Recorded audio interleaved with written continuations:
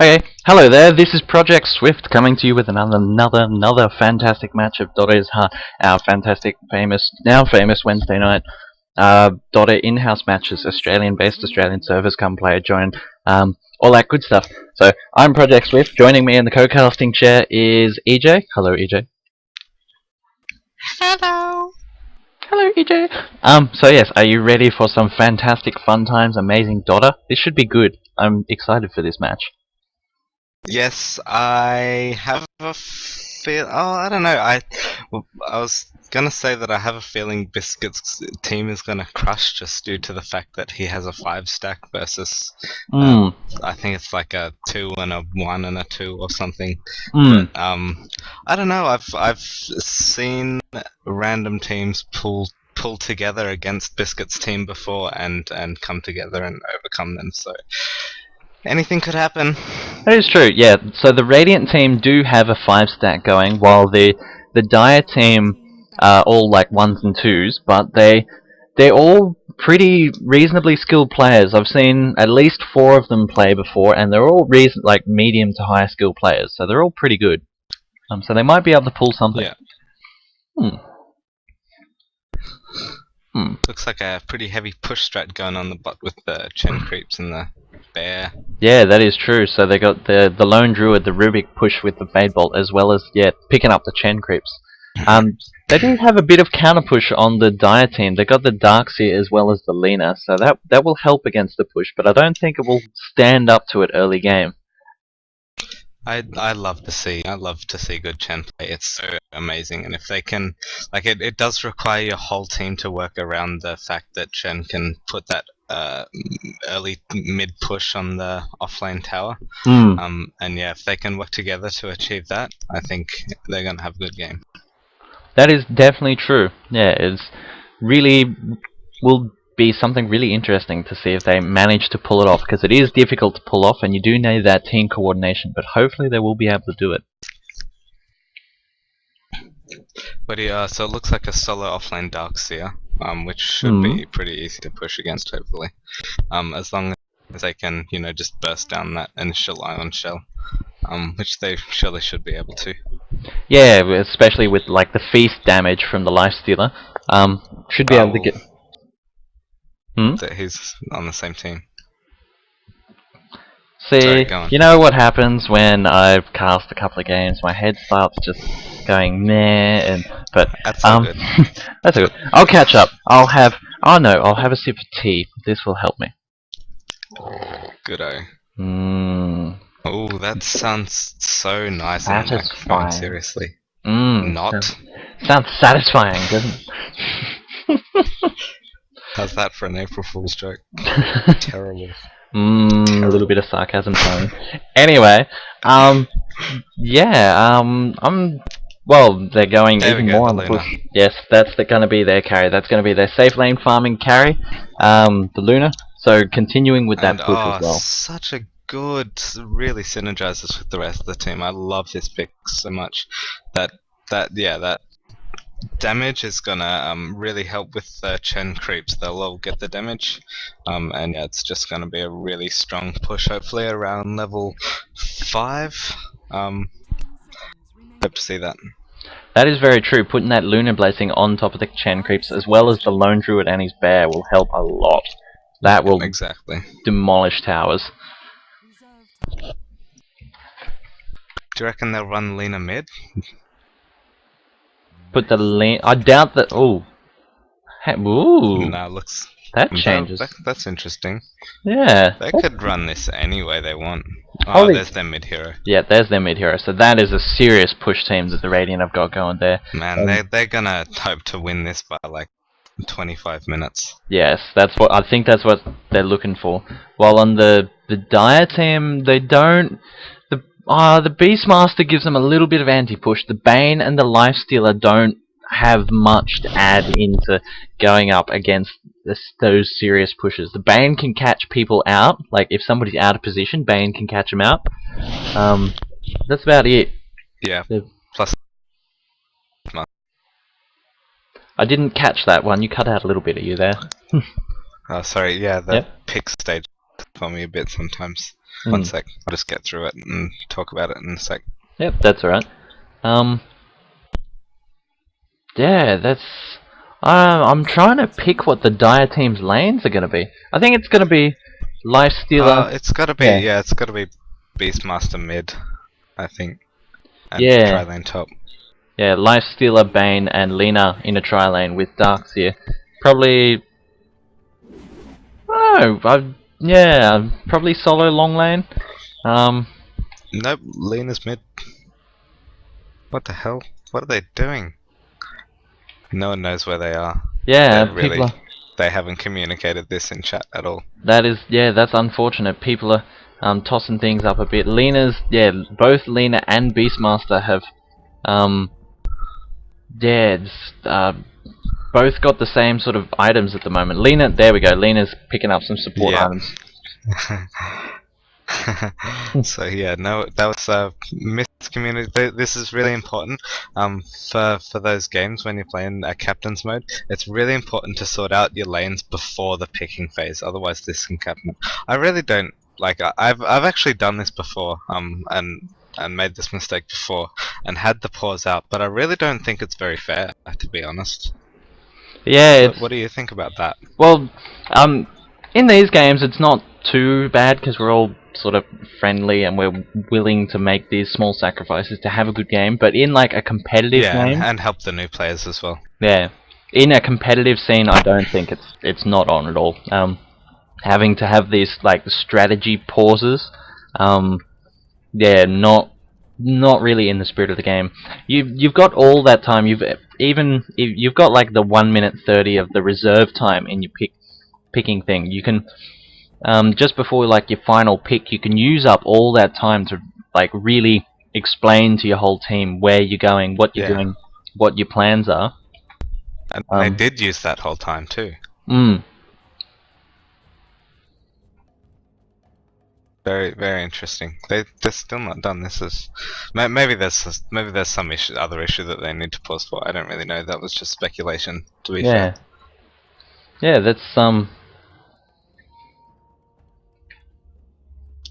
Now there's pings coming out. Alright. Alright, should we do introductions?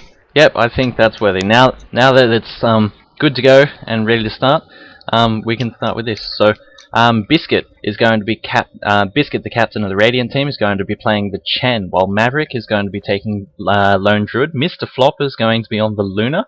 Robbo the Yobbo will be supporting with Rubik, and Vajo King is going to be going solo mid Tinker. Okay, Dire team looks like Illusion Jesus A. I'm just gonna call him Jesus. Fuck it. Yep. Jesus is gonna be on the Darkseer, maybe jungling. I have no idea where he's going, to be honest. Moonyu gonna be carrying on the Lifestealer, gotten regen pulled to him by the two supports. Chibi Willy on the Lina. Ambient Sky gonna be playing Bane, and Fidelio gonna be playing on the Beastmaster. Alright, and may I compliment you on your pronunciation of your names. Lots of pings happening everywhere, so pings happening up there, so I think they know that that spot is warded. I don't think they have any counter wards for it at the moment. So many wild pings, so funny. So funny just to think about like what they're saying to each other sometimes. They're going, "Have you been to that really, really good store down the road?" It's probably not that. Anyway, Lone Druid's taking a... Lina got Dragon Salve first. Oh, no, that's a mistake. That is a mistake. Definitely. Didn't get the Light Striker array. Dragon Salve does a whole extra 10 damage, but you get... Like, Light Striker array gives you a stun.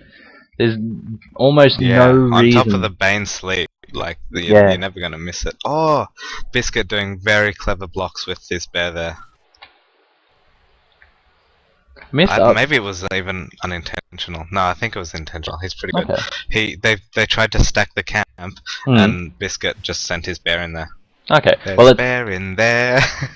Well, it's actually Maverick playing this, while Biscuit usually does play the Spirit Bear. While Biscuit usually does take the role of the lone druid. It's put in Maverick's hand so that Biscuit can take up the Chen role this game. Whoops, my mistake. Force of habit. Yeah, I'm so used to seeing Biscuit on that lane druid. And we got Beastmaster's leveled in a beast. I don't feel that this is very good. Like the courier. Oh my god! Courier Miss killed. microed the courier. Oh, it just stopped in front of the tower. And that's going to give them a massive advantage. That gold advantage to start with is not what they want to deal with. Oh, that's... I don't know what to say, that's just so massive. At least he got his bottle. That's really important. Yeah. If he didn't get his bottle, he would be... That's like an instant loss of mid lane. Yeah. Oh, Chen does go in there. It's pretty fucking bad right now, but yeah. It would be absolutely gone. Chen snakes the double damage rune out from underneath the Beastmaster. Ah, nice. I didn't see that. Beastmaster has now leveled Call of the Wild, so it's got 1 level in Call of the Wild, 2 levels in Axis, and 1 level in Inner Beast. I don't feel that it's worth it at all getting Inner Beast early, especially with this team. Yeah, and especially if you're in the mid lane, because it just causes your creeps to push the lane. That is very true too. Yeah, it's pretty uncontrollable with the push. With the wild axes, at least you can control when the push goes when you want the rune. That is true. And Maverick's trying to snake some of those jungle creep last hits out from under him with the bear. He was standing here with the hero, and then using the bear to go in and get the last hits. Oh, very clever. I love to see. Good lone druid players are the best to see. They're really impressive to watch. Tinker going March and Laser. Interesting. Okay, so hasn't chose to go heatsink mist. I wonder where he's going to put his fifth point in. Yeah, if he's maxing March of the Machines or Laser, which one's he going for? Pings are happening, so this Beastmaster really stacking the Ancients there. Beastmaster does get the Illusion Rune there. I think. Hey, do you know if the courier blocks it? I'm pretty sure. Yeah, I was looking at it as well. I'm pretty sure couriers do block creep spawns. Yeah, I think they do. He put his fifth point in Laser. Okay. Both mids managing to miss micro the courier, but Beastmasters had much more dire consequences. Yes, had a much bigger game impact. Oh. I can't believe we missed that, but we got to see that level 4 push. Nope, I caught it. I was watching it while we were chatting. Yeah, it's that as we were saying, that damage from Luna. There's actually been a point go into stats, so they haven't maxed out, not maxed, but leveled up the Lunar Blessing with every level. So it's only level 1. Yeah, I don't mind that. It's alright. I think first level's 18 damage, and the second level's an extra 6. Oh no, it's 14. Sorry. We've got yeah, that's maybe not too bad. That's alright. What is it, going up by 8? Yeah, 8 each level? Yeah, it goes up by 8. I was totally wrong on that. Maybe it's not too bad. I don't know, could go either way, I suppose. Get that extra health, I guess. Yeah. And mana pool. Arguably either way. I do like getting 1 level in Lunar Blessing because it doesn't improve that much. It's only 8 damage with each level. I don't know. Still 8 damage per level, it can stack up a fair bit, so it can be nice, but I think the extra health and mana may be better early on. That's probably what he's thinking anyway. Yeah, I feel that you're correct there. But yes, good level 4 push. We could go either way. Sorry, go. Well, I don't think that the Radiant team are going to make much effort to defend this tower. I think I don't know. I was tossing up with this earlier today because I was with that strange pub match that I put up on the YouTube channel. The 5-man push thing. I've been thinking a lot about pushing strategies and sort of like how to deal with them and how to do them effectively. And I think the best way to counter push strategies is you really need to stop them getting your tier 1 towers. You really need to fight those tier 1 towers, I think. Well, I don't think you can really make a blanket strategy against pushing teams because there's so many different ways to push towers. Like you can like down the tower really fast with, I don't know, attack damage, or you can make lots of summons, or you can try and blast through the creep wave straight away so your creeps just beat on the tower. So yeah, it also kind of depends on the strategy that they're using. Yeah, it's true. There's sort of, I don't know, I feel that most pushing strategies though really do rely on those tier 1 tower gold advantage to gain the advantage and then steamroll with that. So I think if you're able to like halt their first or second tower a fair bit, like possibly like with an equal number of heroes or coming around from behind and I think you do need to sort of fight those towers and not just give them up, which is what's happening at the moment. Yeah, that's a valid point. I don't disagree.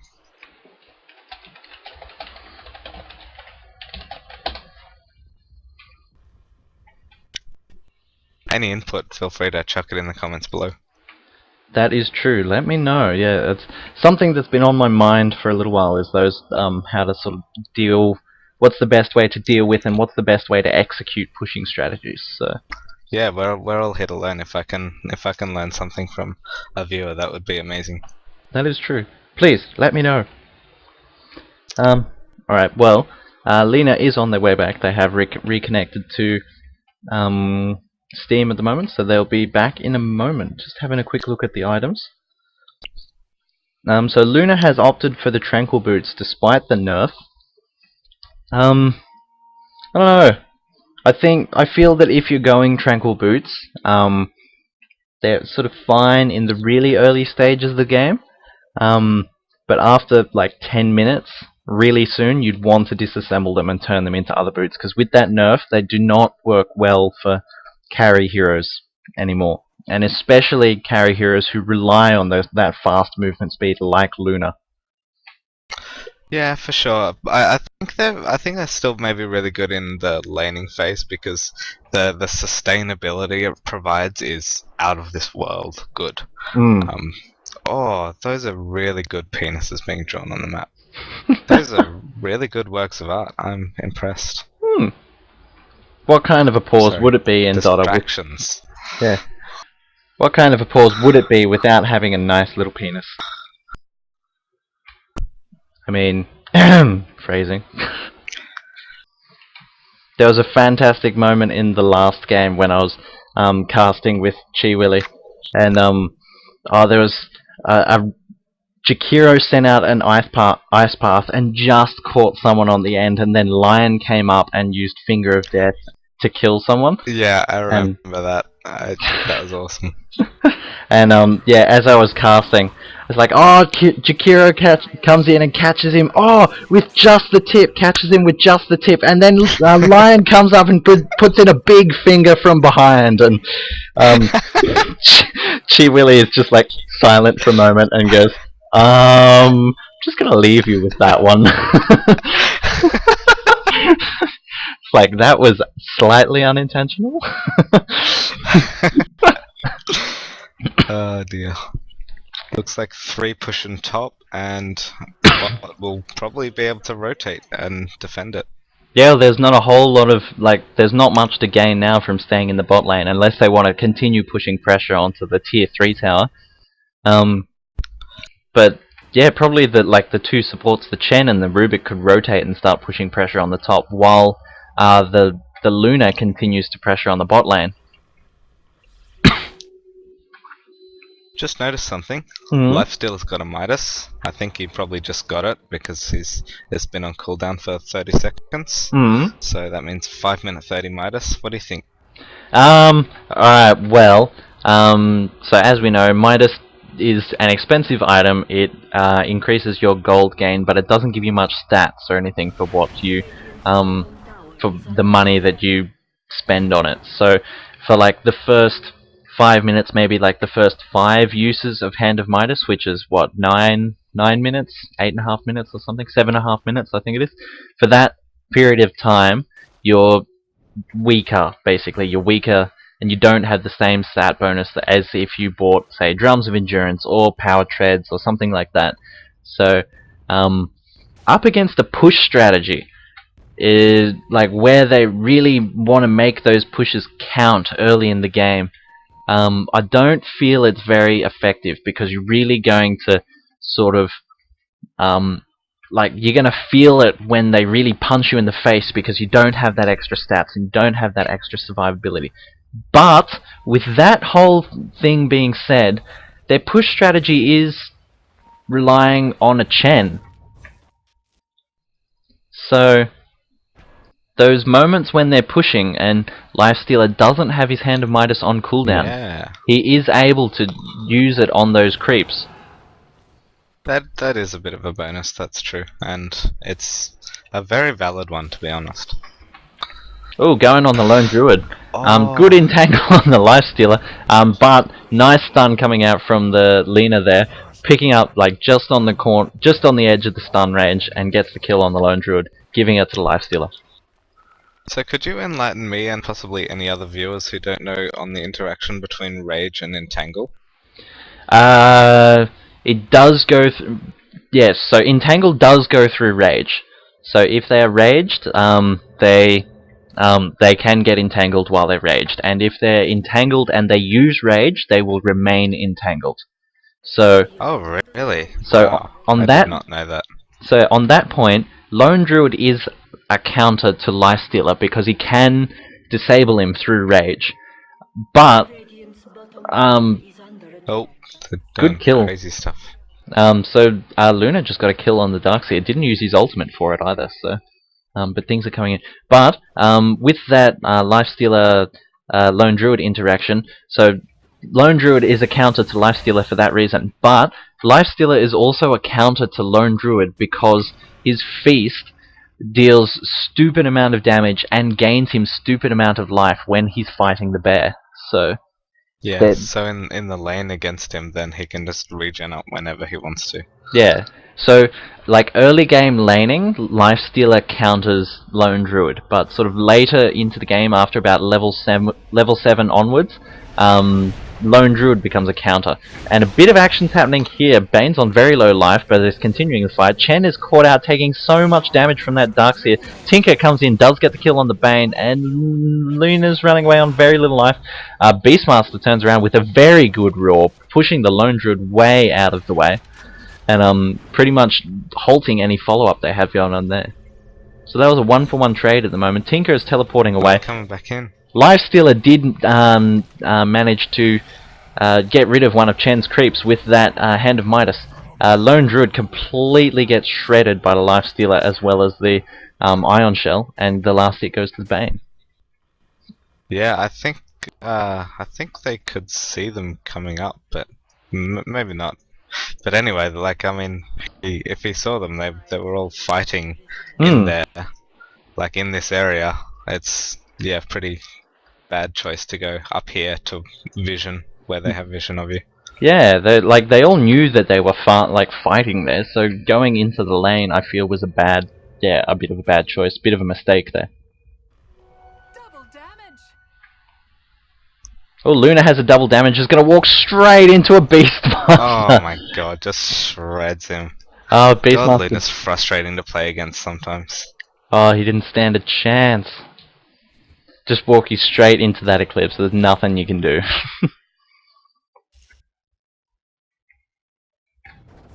Dire's middle tower is under attack.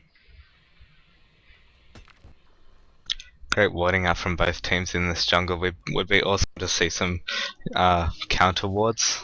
So offensive wards in... Oh! Hang on. I think they know about it. No, Actually, I don't know. Action's going here. That was a very good kill on the Darkseer. While you were chatting, I did manage to catch that whole thing. It was just a chase down by the Luna. Chased him through Surge and everything like that. Tower is under attack. Oh wow. Yeah, Massive. so that's the movement Is it speed level power. 1? Level 2? Mm. Holy shit. Chased him through a level 2 Surge, so that's the movement speed power coming out from Luna there. With the drums as well as the Tranquil Boot movement speed. And Beastmaster going down on mid. Dire's middle tower Crazy. is under attack.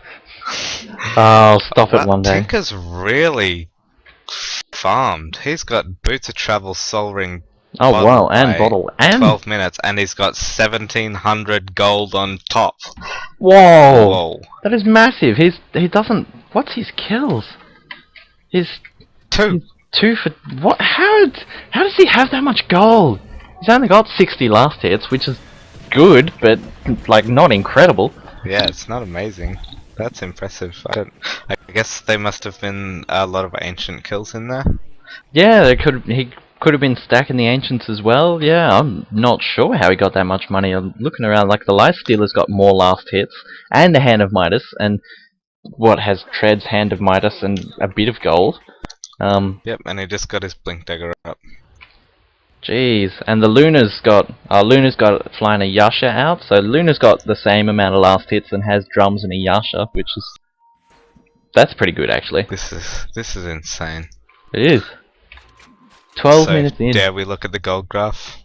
Maybe yeah, after this fight. happens. They're looking at each other. Alright, I'm going to sneak a look at the gold graph. 5,000 in the Radiant's favor. Alright. Dire's middle tower is under attack. What is... Actually, no, while we're looking at all this gold stuff, what is net worth? Okay. So, oh wow. So Lifesteal is just in front of the Tinker, then the next 4 heroes are all Radiant. So... Yeah, so for 1900 of that 6500 is like useless right now. So he's still just as weak as the Lone Druid, basically, in terms of gold power. That is, that's all. Yeah, that's... Well, they might be going in on him. Ping's happening here. Oh, Luna's going in real deep. Tinker zapping a Willy. Crap. Yes, does. Oh, so close. Yes. Oh my god. The cast time on that Raw. 2 heroes coming in. Bang! Massive ultimate. Like really almost sneaks 2 heroes. The Bane was sort of walked straight past him. Could have got in there with that Fiend's Grip and like Fiend's Grip straight on top of him. But I think something might have happened. Seems like there's some issues. Yep. Yeah. That's such a shame. They could have got that Luna, I think, especially because the. Oh no, I was going to say the Beastmaster had his roll. That would have been stupid. Glad I didn't. That's alright, I will completely forget that you were about to say that. Say what? Exactly. But yeah, that is really quite unfortunate. If the Bane wasn't lagging there, they could have easily got the kill on that Luna there. Yeah, I agree.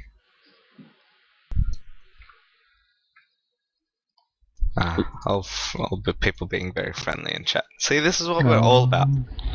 I love it. People aren't raging about lag and people aren't unpausing it unnecessarily and all that good stuff. It's great. Yeah, I tried some solo queues today. God, they're the worst. So you did some solo queues and then was looking forward to our in-house matches. Oh yeah. Tower is under attack. So Lone Druid's picked up a Midas as well, so they got a Midas on either team now.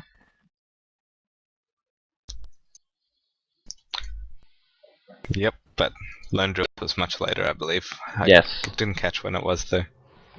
I think he's only just got it up. That's probably his first cast of it. I think I saw it a bit earlier than that. Okay.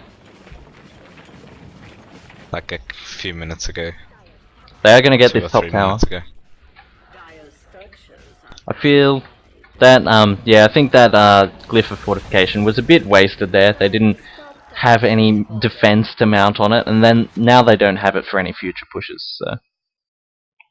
Oh, that means what I said earlier is totally not true, that the Lifestealer is as weak as the Lone Druid. Yeah, no, that's true because yeah, Just realised that. so yeah, because the lone druid spent that money on the Midas as well. Bottom tower is under attack. So Tinker being a bit of a dick like usual. Tinker doing Tinker things. So Lifestealer does now have an armlet up. So has a bit more strength and is a bit tougher. Bane catching out the Lone Druid. Lone Druid is in a dangerous situation with Bane's ultimate. Lots of damage happening. He does get away. He still has the bear in the middle of the fight at the moment. What's that? Lifesteal is coming in, shredding lots of people. Tinker teleported in straight on top of the bear. Good entangle on top of the Lifestealer there. Pure skill with that entangle.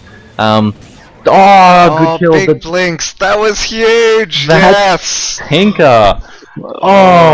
Triple kill goes to the Awesome to Tinker. see some good Tinkers. That was great. That was massive. And all while that was happening, Chen pushed the middle tower as well. So that is going to kick it into the Radiant's favour even more. But right now, Luna's taking a lot of damage. Tinker comes in, will be able to laser that Lifestealer. Doesn't shoots a rocket in on top, and now Lifestealer's taking a lot of damage from that March of the Machines.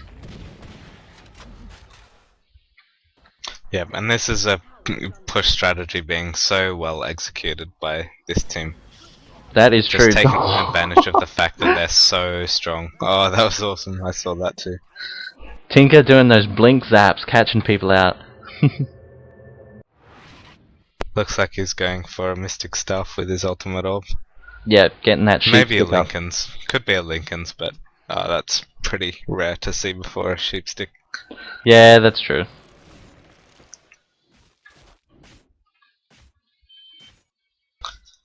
It does make him a bit of a dick to kill, even though it doesn't refresh the cooldown on the Lincolns. Ah, right. Just makes him really difficult to kill.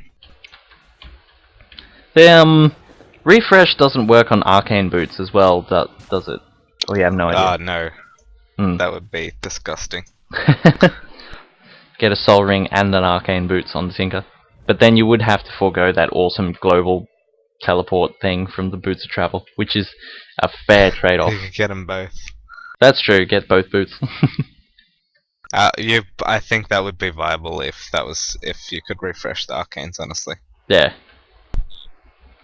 Smoke coming in here. They're looking for some heroes. They knew that heroes were around here. The Radiant team was around here somewhere, but now they're heading into the Radiant jungle, and they're gonna find this smoke's gonna pop. They know someone's here, and there they walk around the corner into the Lone Druid. Lone Druid cops 2 ultimates, massive damage, stuns things everywhere, just throwing out as much damage as they possibly can. Right now, Bane's been netted by some creeps, taking a lot of damage. Chen gets all that damage turned around, but then Luna comes in from behind with a massive Eclipse, doing so much damage to everyone. Beastmaster gets zapped by everything. Yeah, they wasted all their spells on that Lone Druid. They unfortunately stacked them really heavily. Yeah, I saw that with That's all I can say. yeah, with Fiend's Grip on top of the Lone Druid. There was like Beastmaster's stun was thrown in there, as well as Lena's stun and a vacuum and thing. Just like they threw everything on, and then when all the other heroes turned up, they didn't have any spells to fight them off. Yeah, and that's just not chaining your spells effectively can just lose your team fights like that. Honestly, I think if they had chained those spells better, they would have at least got another hero, possibly even turned it around. I'm not sure. I don't think I don't think they would have been able to turn it around, but I definitely think that when the Radiant team turned up, it wouldn't have been as devastating as it was. They probably would have been able to get away without dying. That's a fair call.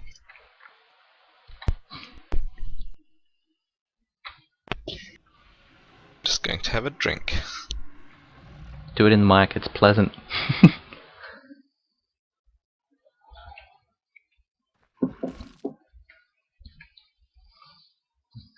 This ward here, this defensive ward, is paying off a lot for the Dire team. So, revealing all of that jungle, and they knew that the Radiant team were waiting there and ready to push. So, get in here, lots of damage. Oh, Nakes! Oh, that was massive. The vacuum straight into the Infest on over the top of the wall. Lots of damage. The Chen goes down. All of the Chen creeps are gone as well. An ultimate straight on top of the Luna. They're stacking those stuns again. They do manage to take it down, but I don't know if they're going to have anything to follow this up. Oh, the March of the Machines picks off the Lifestealer. And a Primal Roar goes straight on top of the Luna as soon as she comes out of the Aegis, but there's nothing to follow her up.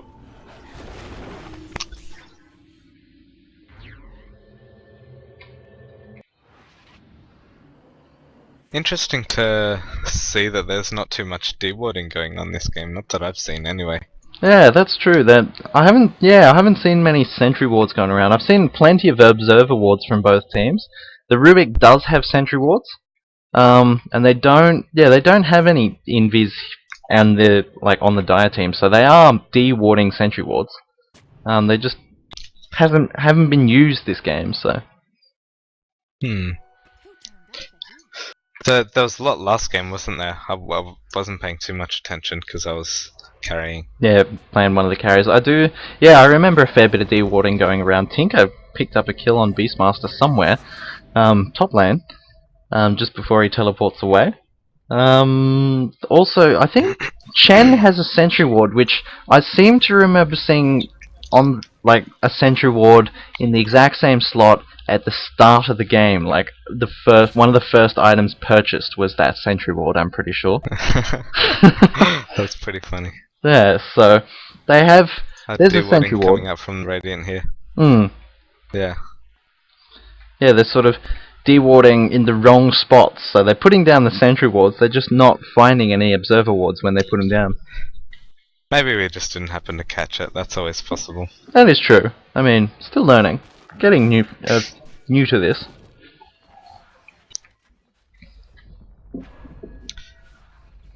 I do try and catch most of the action.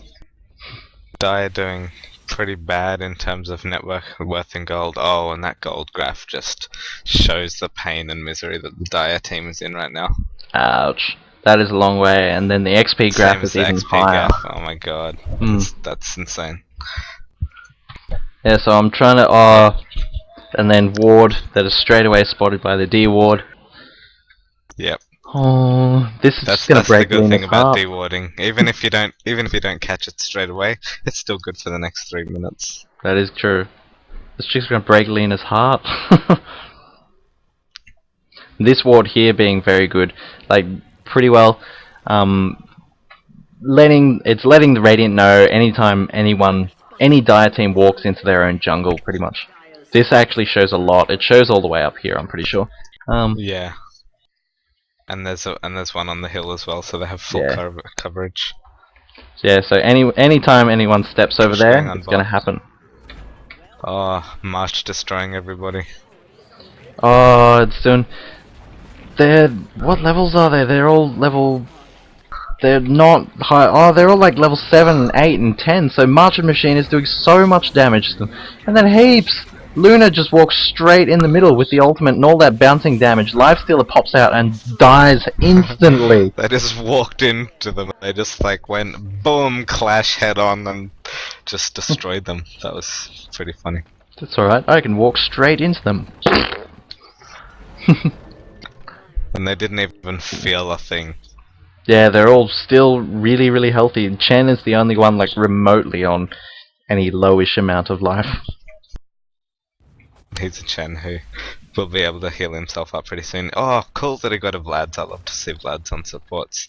That is great. Just goes to show that, there's often you'll never see a Vlad's on a support hero in your normal pub games. Oh, fountain diving going on. Oh, what's happening over here? And it's a really interesting choice of Vlads too, because there's no almost no melee heroes. They have the Lone Druid, which is semi-melee hero on their team, but it's still just a great pushing item. Chen being caught out, taking lots of damage from both the Lifestealer and the Lina, and right now Lifestealer's getting game, manning up and going straight onto the Luna. Surge, but being blocked by the creep. The wounds, and yes, they do get the kill with the stun. The Lina getting a kill there. Rocket killing off the Beastmaster from the Tinker. Tinker blinking away. Where did Tinker blink away to? Just down the hill. Yeah.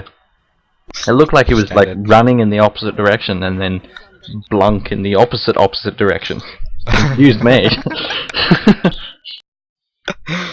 Oh dear. Hmm. Another nice little radiant ward being placed just outside their mid lane, so Mm. now they'll see even more. Then see them even sooner. Yeah, it gives so much vision. So we got this one. So if if the Dyers decide to come out there, that ward will see them. They decide to come out there, they'll be seen. So they're not really going to step out here because that barracks has been pushed. So I think mostly The creeps are going to see them. The creeps are going to see them if they come out here. Did you see that? No, I missed it actually. The mega creeps or the strong creeps were fighting in here against the lane, and the Tinker just teleported in, shot a rocket and got a kill, and then blunk out and walked away. It's pretty amusing when stuff like that happens. Oh, Tinker got another ultimate orb, so probably going that Lincoln's like I mentioned. Could also be going to Manta style to increase that push. Oh, of course, yeah, Manta style. Hmm. I forgot about that one. Tinker's all over the place, just like I wonder if he can chain a rampage doing this. Teleporting back to base, teleporting back He's in, getting killed. 14-0. Yeah. He's had a massive game this game. He's participated in all but 3 kills. Mm. Oh wow. All up in everyone's face. Dyer's middle tower has fallen. And then this Lone Druid just... Lone Druid's had a fairly difficult game. He's 0-3-7. But yeah, has been able to ride on the back of his teammates and been there for those pushes and adding in that extra push damage. Tinker doing it again. Lightstealer just munched on that bear. That was awesome. Yeah, that feast does a lot of damage to that bear.